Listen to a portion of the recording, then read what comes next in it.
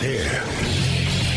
Now, broadcasting from the underground command post, deep in the bowels of a hidden bunker, somewhere under the brick and steel of a nondescript building, we've once again made contact with our leader, Mark Levin.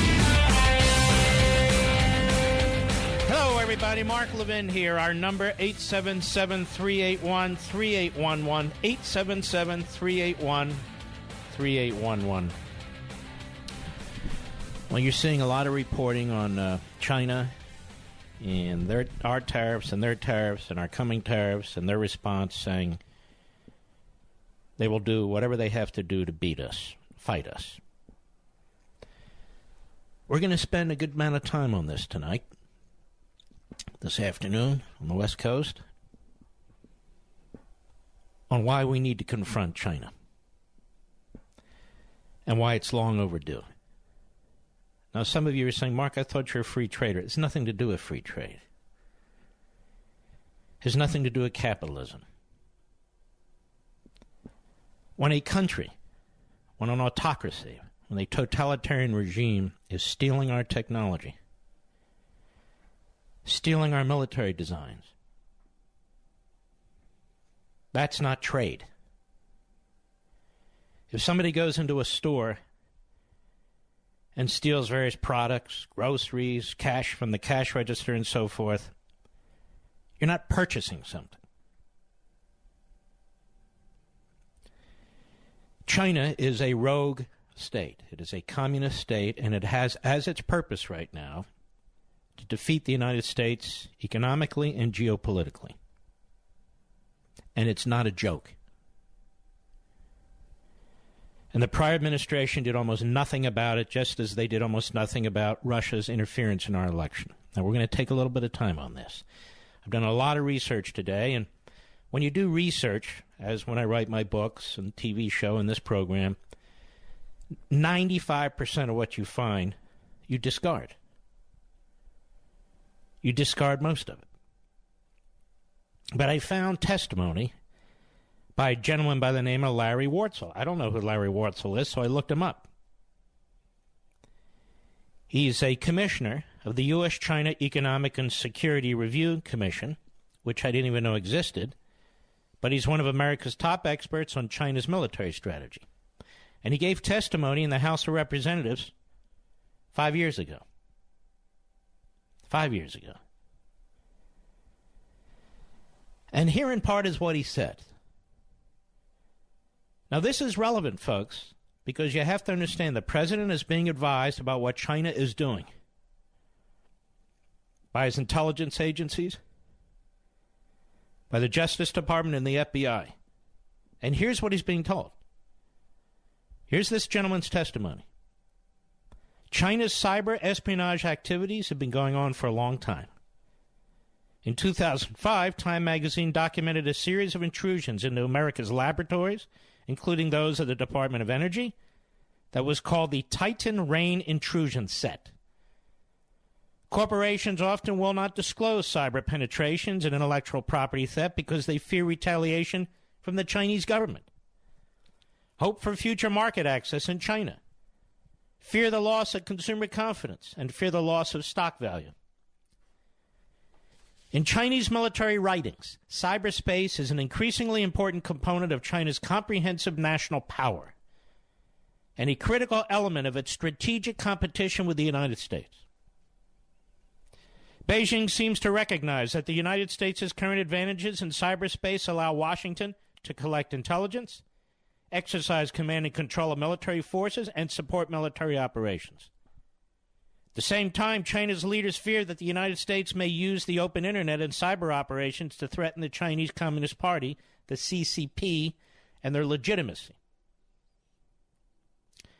China is using its advanced cyber capabilities to conduct large-scale cyber espionage. To date, China has compromised a range of U.S. networks, including those of the Department of Defense, defense contractors, and private enterprises.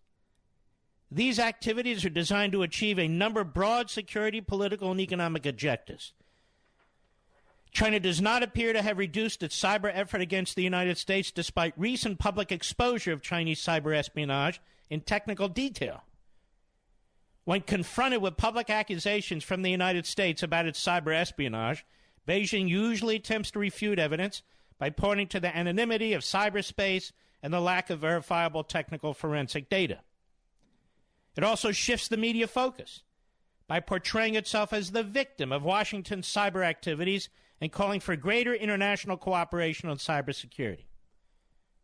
For example, in response to the Department of Defense's 2013 report to Congress, which indicated that China participates in cyber espionage activities, China's Ministry of Foreign Affairs insisted China is, quote, strongly against any form of hacking activities, unquote, and dismissed such charges as baseless. The gentleman, regardless of the evidence that is presented, Chinese Communist Party leaders will continue to deny that the People's Liberation Army, the PLA, and other government and intelligence organizations are behind these penetrations. After all, this is the same party and government that denied that anyone was killed at Tiananmen Square when the Chinese military massacred about 2,500 people in June 1989. However, a number of public U.S. government reports, admissions by private companies that they have been the target of cyber espionage, investigations by cybersecurity firms, and U.S. press reports contradict Beijing's long-standing denials. There's now evidence that the Chinese government not only is encouraging and shaping these attacks, but also directing and executing them. While attribution is difficult and takes great skill, trend analysis is allowing cybersecurity professionals to develop a more comprehensive understanding of Chinese cyber actors, tools, tactics, techniques, and procedures. China's cyber espionage against the United States and defense industrial base poses a major threat to United States military operations, the security and well-being of U.S. military personnel, the effectiveness of equipment and readiness. China apparently uses these intrusions to fill gaps in its own research programs, map future targets, gather intelligence on U.S. strategies and plans, enable future military operations, shorten research and development R&D timelines for military technologies, and identify vulnerabilities in U.S. systems and develop countermeasures. Now, I'm reading this verbatim because this is what President Trump is saying. This is what he's dealing with. And it's not being provided to you anywhere on cable TV that I've been watching all day, network TV, satellite TV. The president isn't just lashing out against China. Military doctrine in China also calls for attacks on the critical infrastructure of an opponent's homeland in case of conflict, which explains some of the Chinese cyber penetrations into the United States. One senior researcher at the Chinese Academy of Science said that in wartime, cyber warfare may disrupt and damage the networks of infrastructure facilities such as power systems, telecommunication systems, and education systems in a country. Other strategies have suggested that China should have the capability to paralyze ports and airports by cyber or precision weapon attacks on critical infrastructure. This is what the Chinese are up to. A number of instances of Chinese cyber espionage targeting United States national security programs have been identified in recent years. In a 2012 report to Congress on Chinese military power, Department of Defense stated its networks are targeted about 50,000 times a year. Although China is not responsible for all these attacks, the DoD has said China poses the dominant threat to its networks. In its 2013 annual report to Congress, the Pentagon, for the first time, explicitly accused China of committing cyber espionage. The report states China is using cyber operations to, quote, support intelligence collection against the U.S. diplomatic, economic, and defense industrial-based sectors. In other words, China is committing cyber warfare against the United States as I sit here right now. In 2012, NASA, the National Aeronautics and Space Administration, disclosed a cyber intrusion into NASA's Jet Propulsion Laboratory Network originating from China-based Internet Protocol, that's IP, addresses. According to NASA, the intruders gained, listen to this, full functional control over the network, enabling them to copy, delete, or modify sensitive files, manipulate user accounts for mission-critical systems, and steal user credentials to access other NASA systems. Gets worse. A number of U.S. press reports indicate that since as early as 2007, Chinese cyber operators have repeatedly infiltrated the networks of the F-35 Joint Strike Fighter's major contractors, Lockheed Martin, Northrop Grumman, and BAE Systems, and stolen aspects of its design plans. Some experts, noting the resemblance between China's newest stealth fighter, the J-31, and the American F-35, have suggested the J-31 was developed using F-35 design plans stolen from the United States. He goes on. U.S. press reporting indicates that beginning in 2007, Chinese cyber actors appear to have infiltrated the network of Quintiq, a defense contractor specializing in military robotics, satellites, and combat helicopter technology. Undetected for several years, the hackers stole millions of pages of sensitive research documents and used Quintiq as a backdoor into U.S. military networks. In 2012, the PLA, the Chinese military, released a bomb disposal robot with characteristics similar to the one Quintiq's designed. In May 2013, the New York Times, citing a classified report by the Defense Science Board, stated that over several years, Chinese cyber actors have compromised the designs of more than 50 sensitive U.S. technologies and advanced weapon systems, including the Patriot missile system, the Aegis ballistic missile defense system, the V-22 Osprey, the FA-18 fighter, and the littoral combat ship. Have you heard this today? And the threats to U.S. industry. I will explain that when we return. Mark Levin.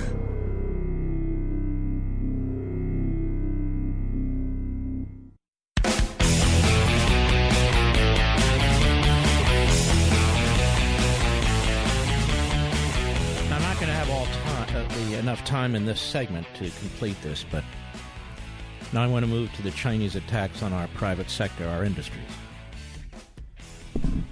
China's cyber espionage against U.S. commercial firms poses a significant threat to America's business interests and competitiveness in key industries. General Keith Alexander, commander of U.S. Cyber Command, assessed, this is again 5 years ago, that the financial value of these losses is about $338 billion a year. And by the way, that's been upgraded this year to $600 billion, including intellectual property losses and the downtime to respond to penetrations, although not all these losses are to Chinese activity. Chinese entities engaging in cyber and other forms of economic espionage likely conclude that stealing intellectual property and proprietary information is much more cost-effective than investing in lengthy R&D programs. These thefts support national science and technology development plans that are centrally managed and directed by the PRC government, by the Communist Party. The Chinese government, including the PLA, their military wing, and the Ministry of State Security, supports these activities by providing state-owned enterprises, or SOEs, information and data extracted through cyber espionage to improve their competitive edge, cut R&D timetables, and reduce costs. All of this, you see, is to build up their military. The strong correlation between compromised U.S. companies and those industries designated by Beijing as strategic industries further indicates a degree of state sponsorship and likely even government support, direction, and execution of Chinese economic espionage. Such governmental support for Chinese companies enables them to outcompete U.S. companies which do not have the advantage of leveraging government intelligence data for commercial gain. You see, that's not commerce and trade and enterprise or anything of the sort. It is difficult to quantify the benefits Chinese firms gain from cyber espionage. We don't know everything about the kinds of information targeted and taken. Nor do we always attribute theft to a specific Chinese actor. Some thefts may never be detected. In terms of business intelligence, some targets of cyber theft likely include information related to negotiations, investments, and corporate strategies, including executive emails, long-term business plans, and contracts. In addition to cyber theft, Chinese companies almost certainly are acquiring information through traditional espionage activity, which limits our ability to identify the impact of cyber espionage in particular. Nevertheless, it is clear that China not only is the global leader in using cyber methods to steal intellectual property, but also accounts for the majority of global intellectual property theft. Chinese actors have on several occasions in recent years leveraged cyber activities to gain sensitive or proprietary information from American enterprises. Some examples. In June 2013, the Department of Justice filed charges against a Chinese energy firm, Sinovel Wind Group, alleging it stole secrets from AMSC, previously American Superconductor Corporation. 2005, the two companies partnered together, leveraging the American company's high-technology components and the Chinese specialization in low-cost manufacturing.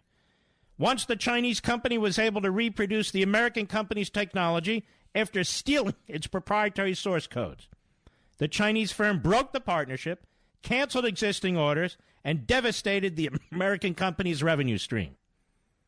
The American company later filed several lawsuits in Chinese courts, which the Chinese company assets are located where they are, while the case continues to move slowly through the Chinese legal system, adding to the American company's legal fees. The Chinese company is reaping the profits of stolen technology. There are other examples after the bottom hour break that I will read to you, too. It is on and on and on and on. They are stealing us blind in 50 different ways. Not to help their people, but to build up their military.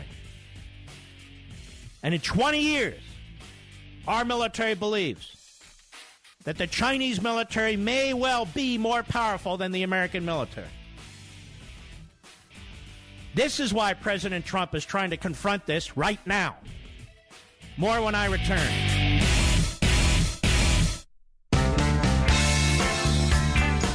The Mark Levin Show, the pool feed for the conservative media. Dive in now. 877-381-3811. You see, a couple of things here, folks, as we continue to focus on what China has been doing to our military, our readiness, our private sector, stealing our technology and our jobs and all the rest. You see, if you really are a conservative who believes in free trade, if you are really a conservative who believes in a strong military, if you really are a conservative who believes in capitalism, then you realize that China is at war with us. And it can't be business as usual with a company that's at war with us. We can't just trade freely with that company, with that country. That's never been the position of free traders.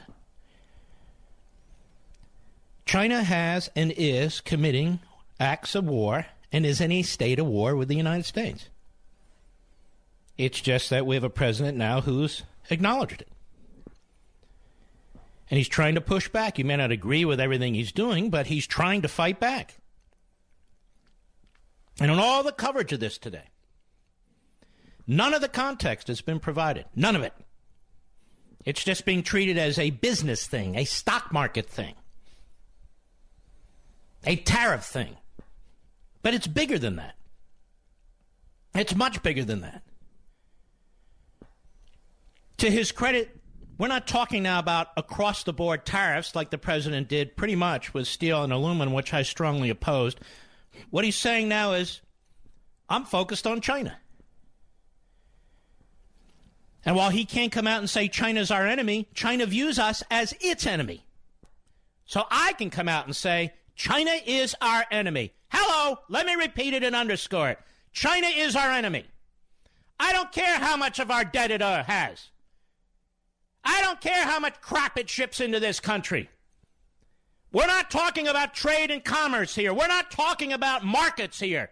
They're stealing our technology. They're stealing our proprietary information. They're stealing our patents. That's not trade. And they're using it to empower their military to threaten us and target us, and same with our allies. It's about damn time we woke up to this. They're undermining our economic system. Not through trade, through theft. Now, let me go on. Some more examples of what the Chinese have done to our major industries. Our technology. In 2013, a private cyber firm, Mandiant, provided detailed technical information tracing the activities of a known cyber threat group, APT-1, to a building believed to house the PLA's, that is the Chinese military, Second Bureau of the General Staff Department's Third Department. According to Mandiant, the Third Department is responsible for conducting at least some of the Chinese military's computer network operations. Since 2006, the Third Department's Shanghai, you understand, as an aspect of the Chinese military, committed at least 141 network intrusions across 15 countries and 20 major industries, from information technology to financial services. 81% of the victims were organizations either located in the United States or with American-based headquarters. Mandiant concludes the unit receives direct government support. When you see this guy Xi smiling, happy as he's a tyrant. Aside from its second bureau in Shanghai, the Chinese military's Third Department has another 11 operational bureaus, 3 research institutes, 4 operations centers, and 16 technical reconnaissance units in military regions with operational forces. Not all of these are directing their actions against the United States, and there are no public reports available about what cyber espionage they may have conducted, like the Mandiant report about the Second Bureau. Well, they're not there making pancakes, I can assure you of that. In an October 2011 report, the U.S. Office of the National Counterintelligence Executive linked multiple cyber intrusions and instances of intellectual property theft to Chinese individuals or China-based computer systems. The report concludes the growing interrelationship between Chinese and U.S. companies will offer Chinese government agencies and businesses increasing opportunities to collect sensitive U.S. economic information.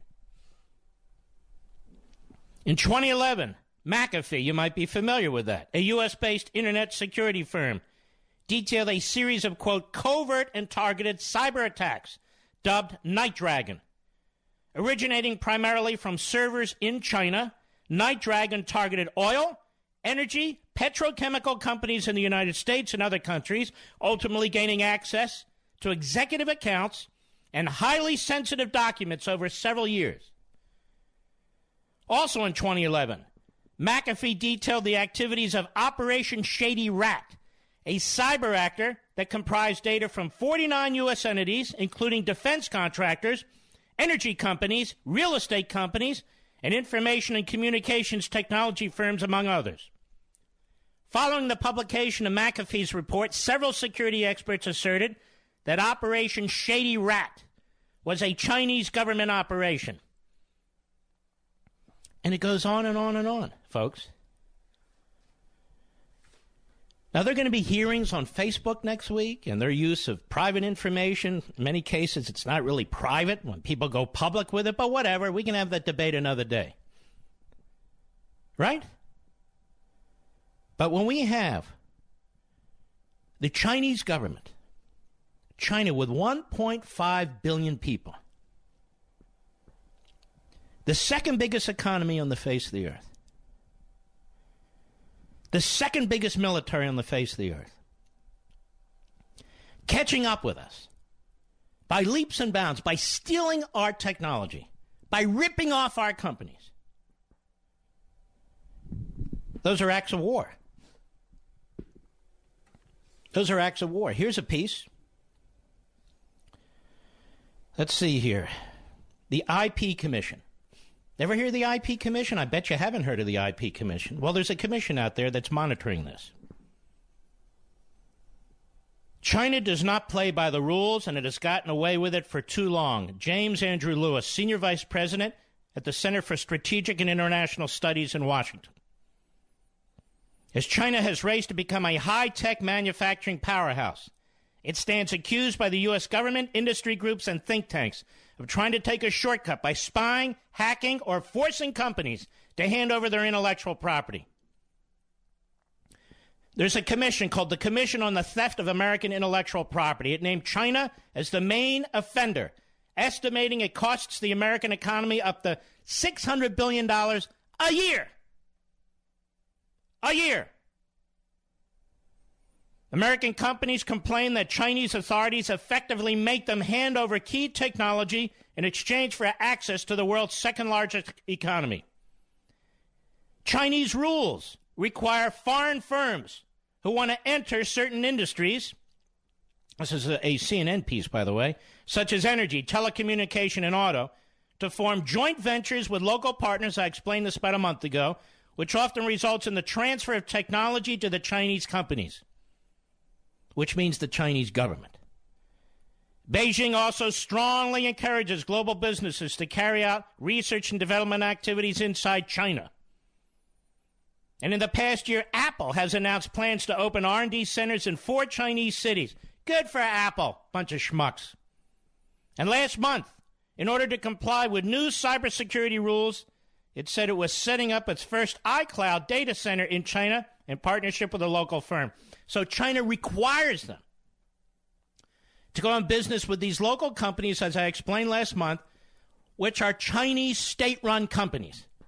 And then they steal the technology and they use it to expand their own economy, but mostly for their own military and intelligence services. Amazon and Microsoft already have local partners in their cloud computing services in China. And Beijing has other ways of getting its hands on valuable commercial information.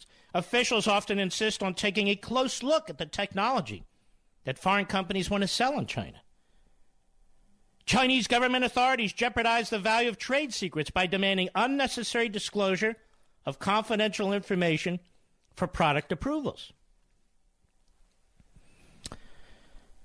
And China also has a strategic buying enterprise in which they try and buy certain companies in the United States or buy significant stock in these companies in hopes of gaining access to the technology as well. So this is a complete, comprehensive strategy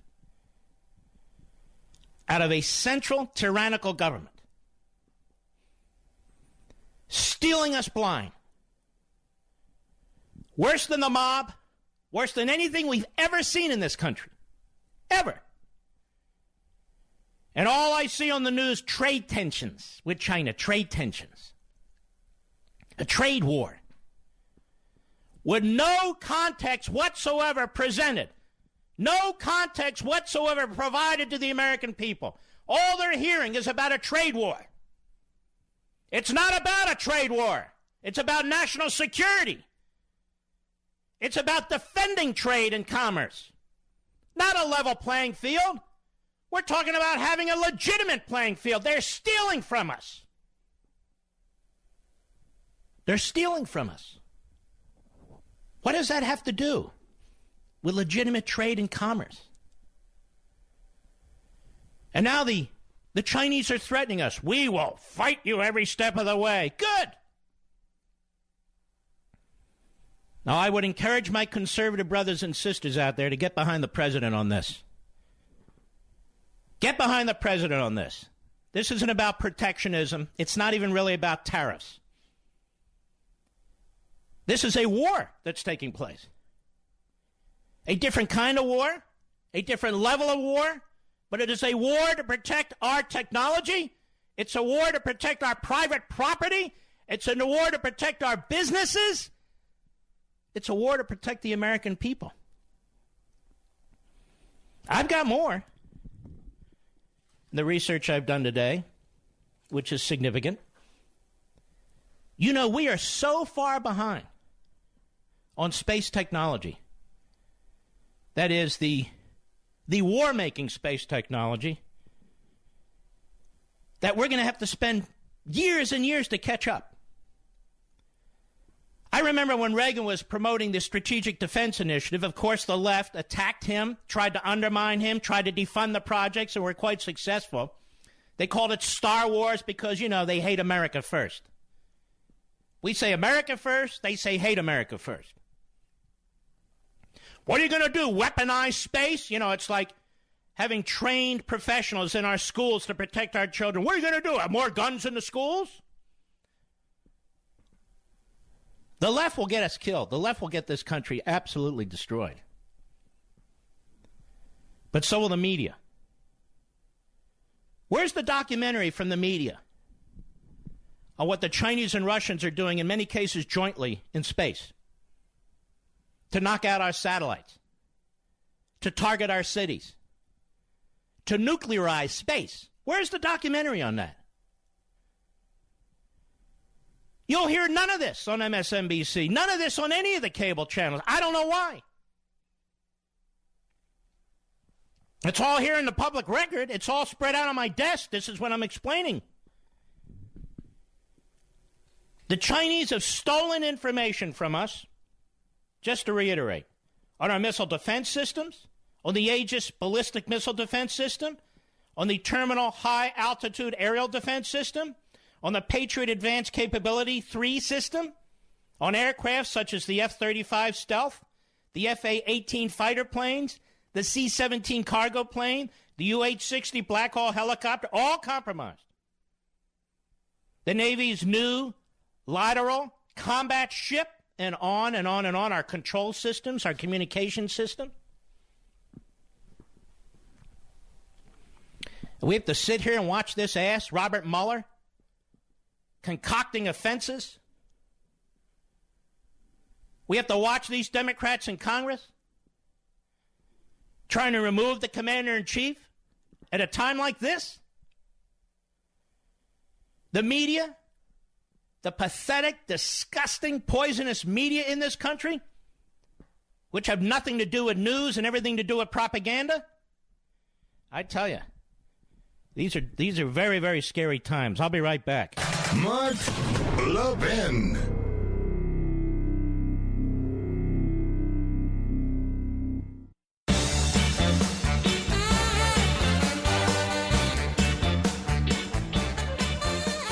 Now, I wanted to tell you about a little-known part of our tax code that's benefiting millions of Americans just like you. Retirement and investment experts know it as 408M3. Now, it could help protect your IRA or 401k from the devaluation of the U.S. dollar, from a significant drop in the stock market, as you're seeing right now, and potentially increase your long-term profits and minimize your capital gains tax. This section of the tax code allows you to take control of your retirement account and invest in physical precious metals like gold and silver. Now, let me tell you something. You see what's going on with the stock market? It goes up and it goes down. You got predictions now it's going to go down 40%. This is why you diversify. And if a financial advisor is worth his salt or her salt, that's what they're going to tell you. Diversify. And this is why I have gold. Not all gold. I diversify. But I have some, and I want it, and I'm glad I have it. Now, this section of the tax code, this 408M3, it allows you to take control of your retirement account and invest in physical precious metals like gold and silver. You can even transfer funds between existing retirement accounts without penalty, and the process is easy. And the folks at PM Capital, they can tell you a lot more about it. Call them right now. Learn how this little-known part of our tax code, 408M3, may help you protect and grow your retirement account. Call 877-382-2503. 877-382-2503. 877-382-2503. Or visit marklevingold.com, marklevingold.com. Now's the time to do it. Now's the time to do it, to diversify. And these folks will help you do it. It's that simple. Now, this entity called the Commission on the Theft of American Intellectual Property. Did you even know it exists? IP is intellectual property. They put out a significant report. And in part, they say this. China, now listen to this, whose industrial output now exceeds that of the United States. Hello? China, whose industrial output now exceeds that of the United States, remains the world's principal IP, intellectual property, infringer. China is deeply committed to industrial policies that include maximizing the acquisition of foreign technology and information, policies that have contributed to greater intellectual property theft. IP. IP theft by thousands of Chinese actors continues to be rampant. And this is this year they put this out. They updated it. And the United States constantly buys its own and other states' inventions from Chinese infringers. In other words, they steal our technology, put it into its products, and then sell it back to us. And, of course, they can sell it back to us cheaper because they didn't put the R&D in. They stole it from us. China, including Hong Kong, accounts for 87% of counterfeit goods seized coming into the United States. Counterfeit goods meaning they steal our trademarks, they steal our technology, they steal our patents. Unbelievable. I'll be right back.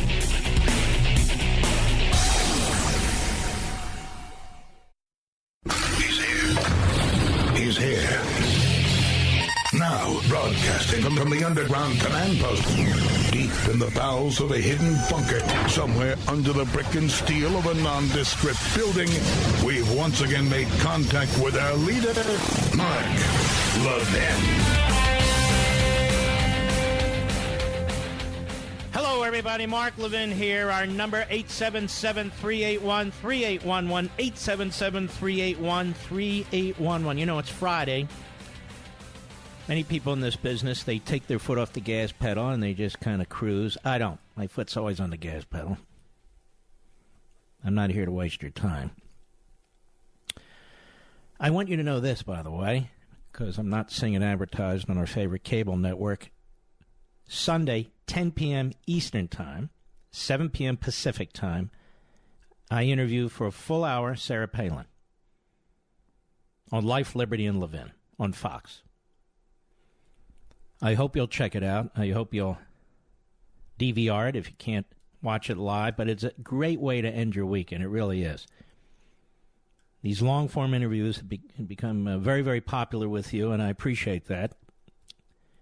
The point is to have a guest who's compelling, who's interesting.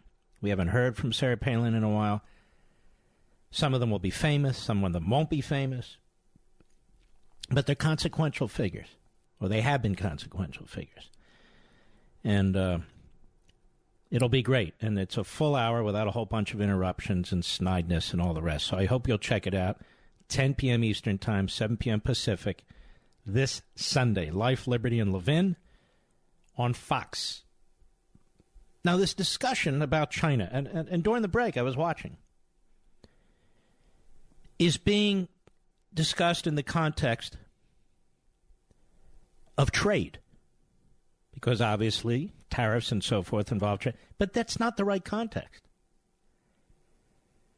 It needs to be discussed in the context of self-defense and national security. Let me repeat this. Self-defense and national security. You know, some of my friends and colleagues in the conservative movement are all over TV, and they're totally wrong because they're unfocused. We're not talking about when the president said 25% tariffs on steel across the board, 10% on aluminum across the board because of this, that, and the other. That's not this.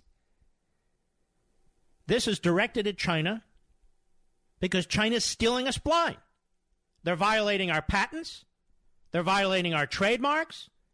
They're violating broadly our proprietary information. They're stealing our military designs. Hundreds of billions of dollars of research and development government, government-related entities, and the private sector. Those are acts of cyber warfare. That has nothing to do with legitimate trade and markets. Nothing. I really want you to think about this, folks, because the so-called commentators on TV and radio, they're way off in left field. They're way off. They don't get it. They're arguing like this is some traditional economic issue. It's not. The president deserves credit on this. And I've been one of his biggest critics on across-the-board tariffs. And one of his biggest critics on his attacks on Amazon. And now I will be one of his greatest supporters in his trying to defend American enterprise and our military technology from these bums over there in the communist Chinese government who are stealing it from us. Now, I've been hearing today, and we'll hear all weekend, of course, members of the United States Chamber of Crony Capitalism and others are very nervous. How many of them have willingly ceded technology to the Chinese Communist Party? How many of them? We want to know who they are. They're worried about the stock market? We're all worried about the stock market. But one of the reasons we're here is because of companies like them. Like them. This isn't about trade per se, even though trade is involved. It's about national security. It's about defending our technology from thieves. It's about defending our companies from thieves. It's about defending our research and development and hundreds of billions of taxpayer dollars. It's about defending our national security as the Chinese steal our military technology to build up their military and threaten us. The entire debate that's taking place in the media, on television, on radio, in the print media, is missing the point. It's missing the point. Here's another one. Washington Free Beacon, March 2016. A Chinese businessman pleaded guilty this week to conspiracy to hack computer networks of U.S. defense contractors. Anyway, the bottom line on this story, they stole our stealth technology. They hacked into our technology, into our designs on our F-22s and our F-35s. Hey, Mark, trade. That has nothing to do with trade. There is no bigger free trader than I. This is not trade. This is war. And you have individuals in this country who dress up as journalists, as hosts on TV in particular,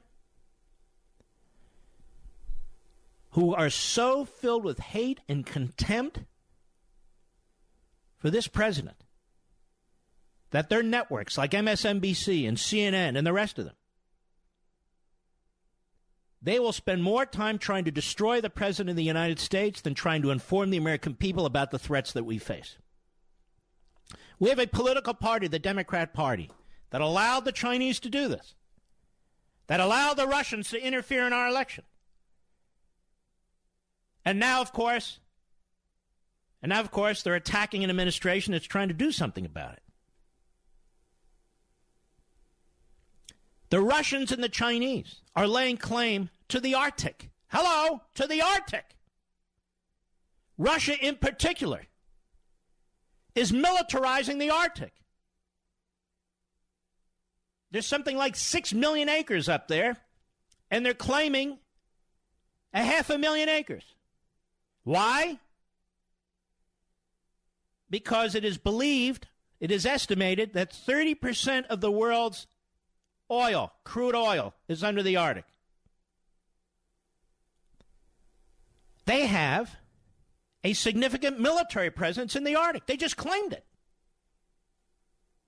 They're constantly violating Denmark's airspace. They're making claims to territory that belongs to Denmark. China is helping them because the truth is Russia is a piss-poor country with about 160, 180 million people. And Putin spends an enormous amount of the nation's resources on the military. And China's working with him.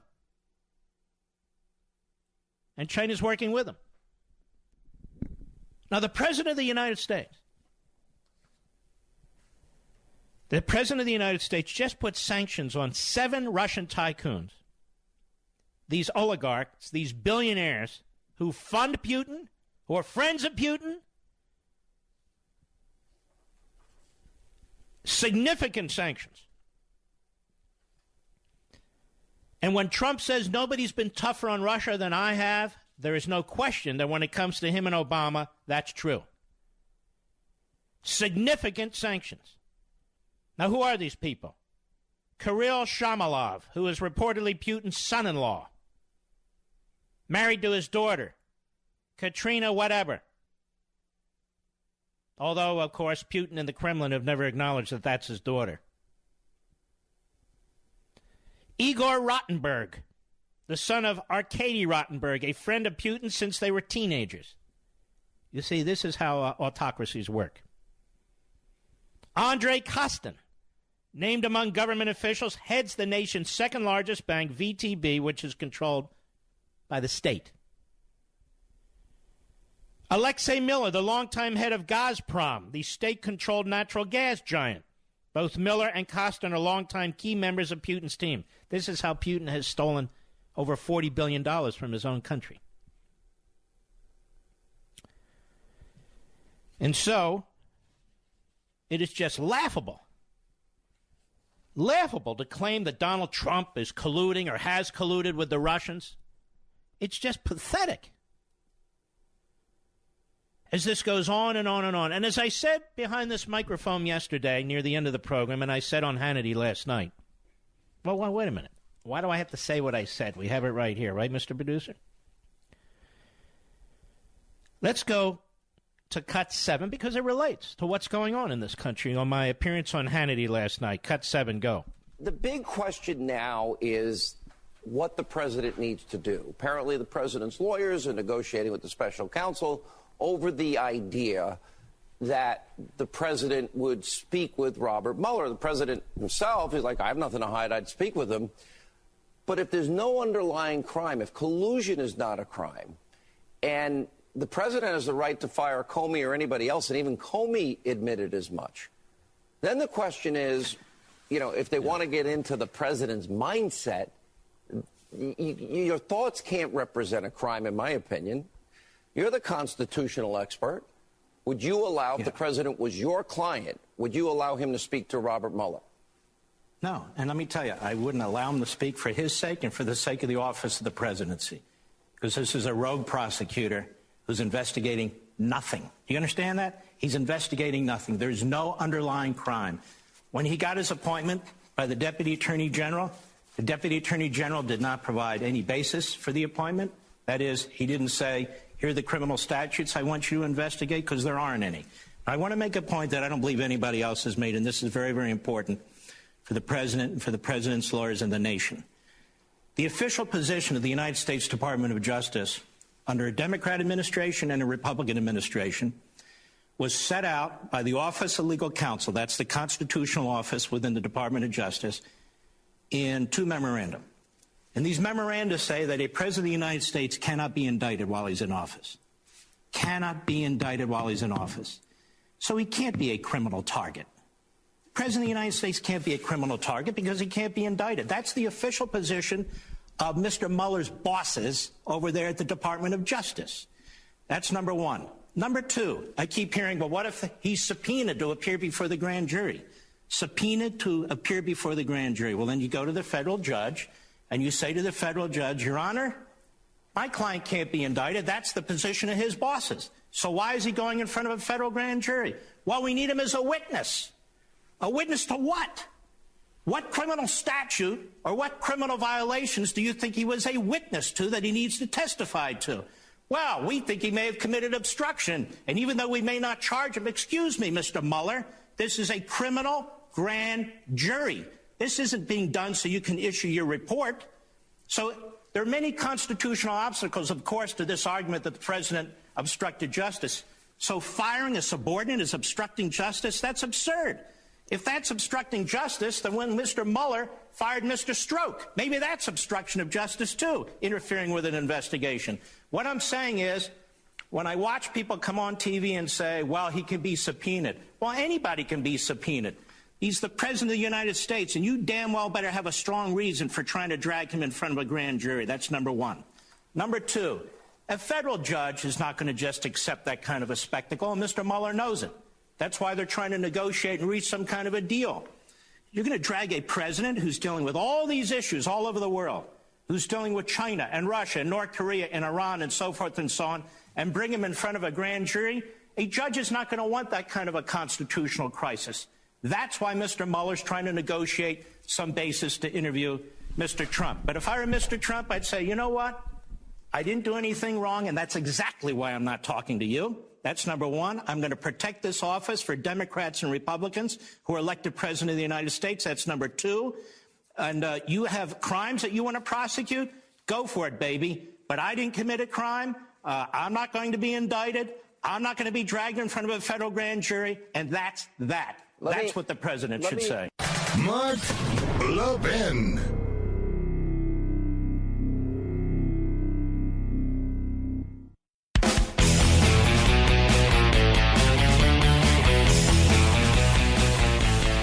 Let's go to Tim, San Francisco, the great KSFO. Go. Hey, Mark, I'm so glad you've taken up the mantle on this. This is long, long overdue, and Trump and you are just barely scratching the surface on this right now.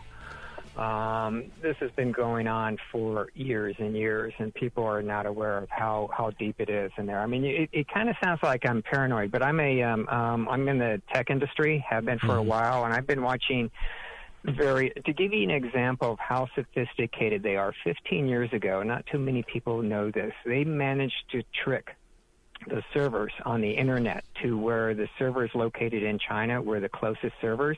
And the way the internet works, it automatically rerouted 1/3 of all internet traffic went through China. Wow. Once it's going through the nation like that, you can record everything going across. Military data, passwords, everything. Financial, people's banking information. Everything is there. And it did it for 8 hours. People on this site did not think it was possible to do that. They ended up doing something which was considered impossible. And it didn't get very much press, as most things in there. And the other company in there, American Superconductor, the wind farm one you talked about, yes, that had their technology stolen, they had to lay off 600 people because of that. And you're big in the tech world, right? What's that? And you know, and you're a figure in the tech world, correct? Well, I wouldn't say a figure in there. I end up watching a lot of mostly European television, so I'm watching what's happening over in Europe. The Germans they're doing the same thing to Germany that they're doing to us here, because in Germany you have a lot of firms that are really big on robotics. And they're going in and buying them up. And what they do is they bring a figurehead in that seems like he's I'm not accusing Jack Ma. I'm just using him because I know him as a entrepreneur. But they're basically using somebody as a figurehead, where it looks like the company is this one guy in charge of the company. But they have maybe 5 show companies underneath, and you have to go through the show companies to see who really owns the company. And when German television did that, all of a sudden the state really owns the company, not the person who's the figurehead. So it goes much, much deeper than what a lot of people realize in there. And why do you think the media in this country, including talk radio, quite frankly, aren't paying attention to this? When I first ran across it, I almost couldn't believe it myself. I mean, how deep it goes on that. Like I said, I've been following this for years, and nobody does it. There's a show that was on German television a year ago, that half-hour show. It was actually a French-produced documentary in German with an English translation. And I was talking about a lot of the examples you gave. That show is usually on their website, on DW Television. It disappeared 6 weeks later. I did a Google search on it, and all Google references are gone. in there. Unfortunately, one of my clients ripped a copy, so I do have. So why the cover-up? I don't know, because if people really knew what was going on, they would be concerned, like you are. Mm-hmm. All right, Tim. Appreciate your call, brother. We'll be right back.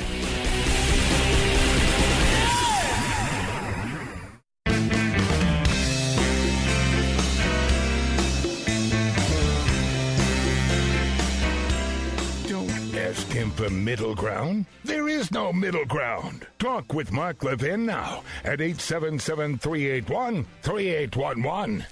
I know this format is frenetic, meaning people want to bounce from issue to issue, guest to guest, and so forth and so on. And sometimes that's fine.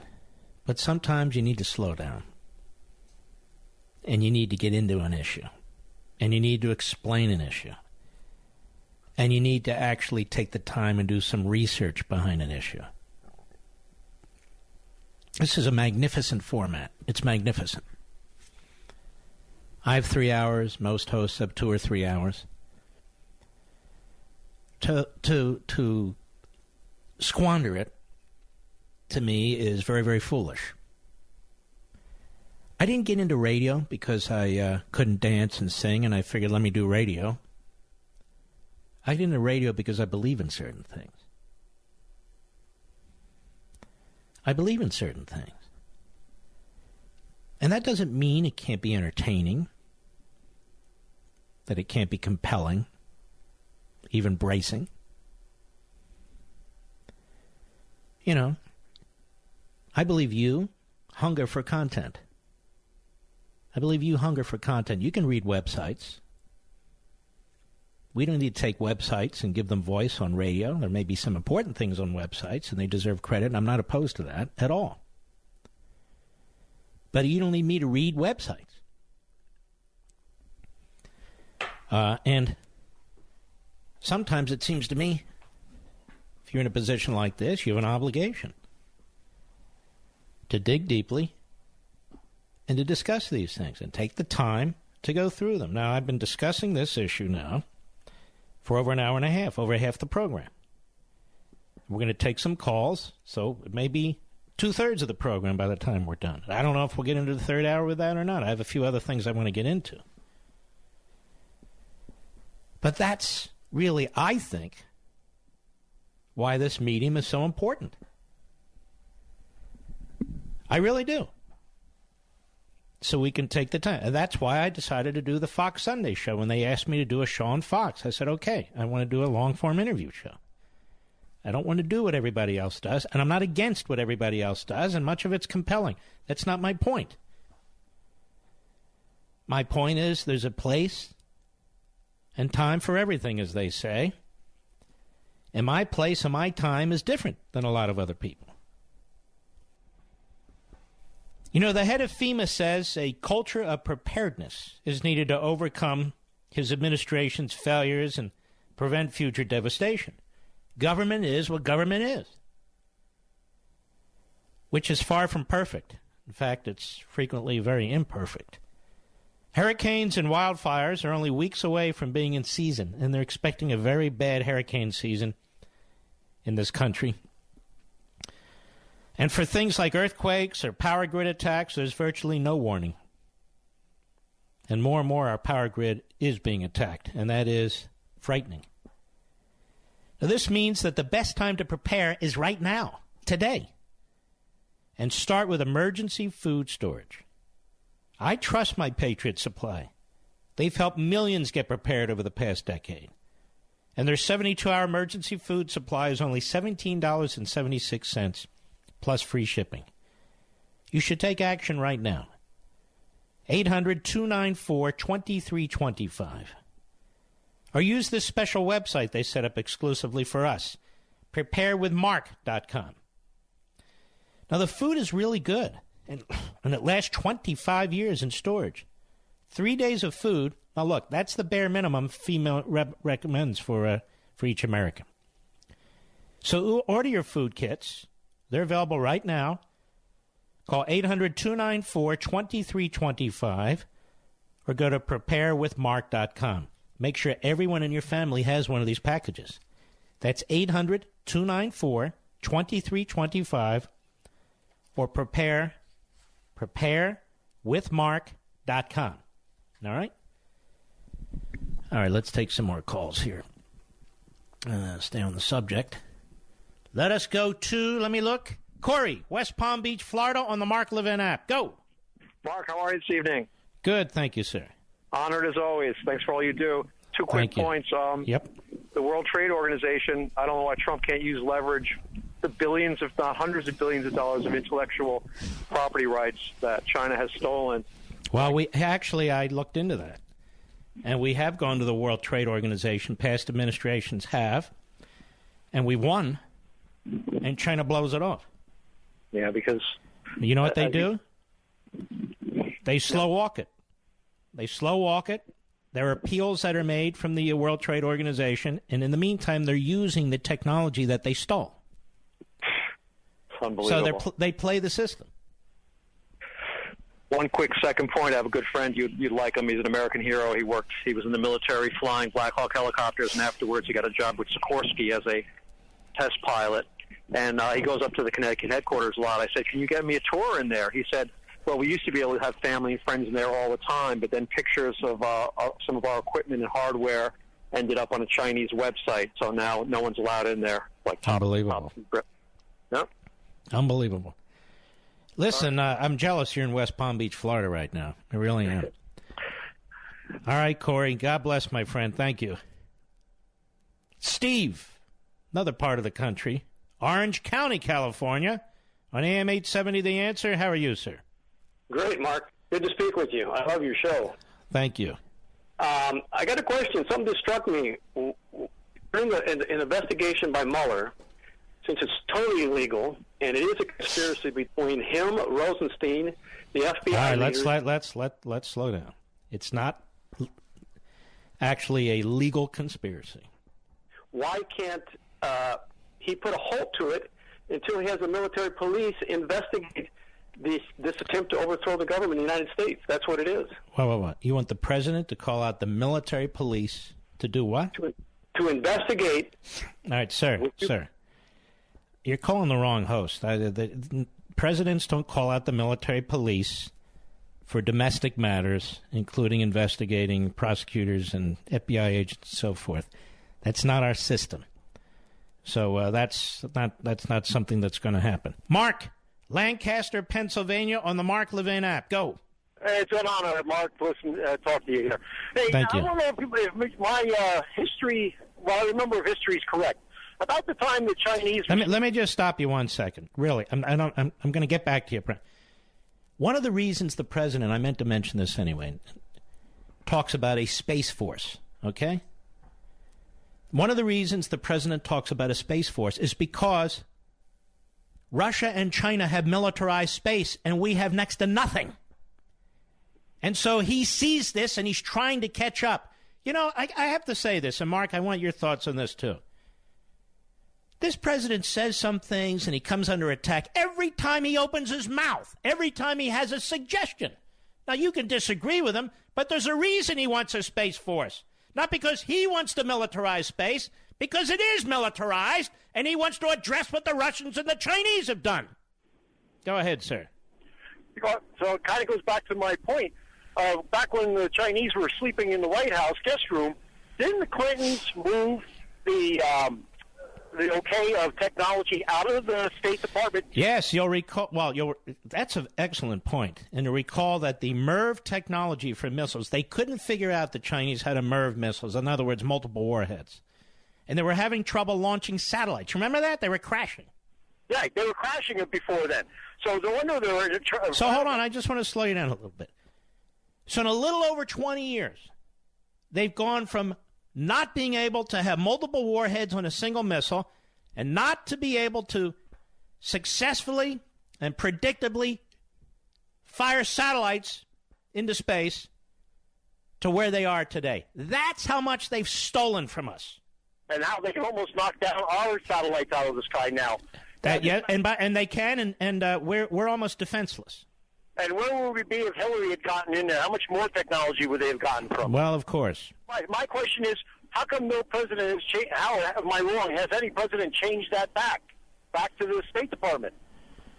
Why didn't Bush? Well, I don't know if they moved it back to the State Department or not. But whether it's in the State Department, Commerce Department, or Agriculture Department, your point is that we have an export regime in place, and these technologies are not allowed to be exported. But you see, they're getting around that, the Chinese. They're not waiting around for export permission. They have figured out how to get around all this, which is the whole point of my first hour of the program.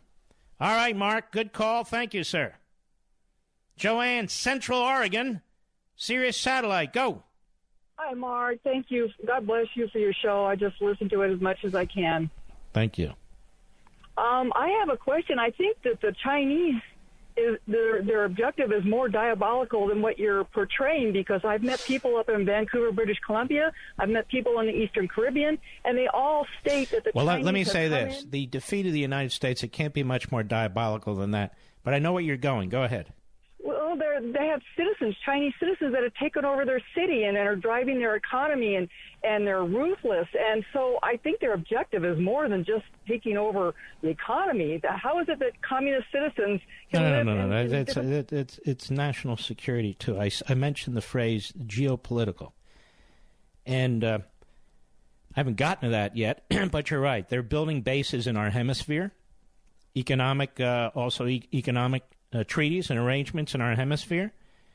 They're doing the same thing in Africa. They're doing the same thing in the Middle East. Chinese are on the move. They're on the move. Yeah. All right, Joanne, thank you for your call. And we have a president who's trying to deal with it. That's why it's laughable if you really think the Chinese are trying to pull the chain on North Korea. To the extent that the people in North Korea eat, it's because of the Chinese. To the extent there's any technology in North Korea, it's because of the Chinese. You really think the Chinese don't want the North Koreans to have nukes? It's so ridiculous. Of course they do. I'll be right back. Mark Levin.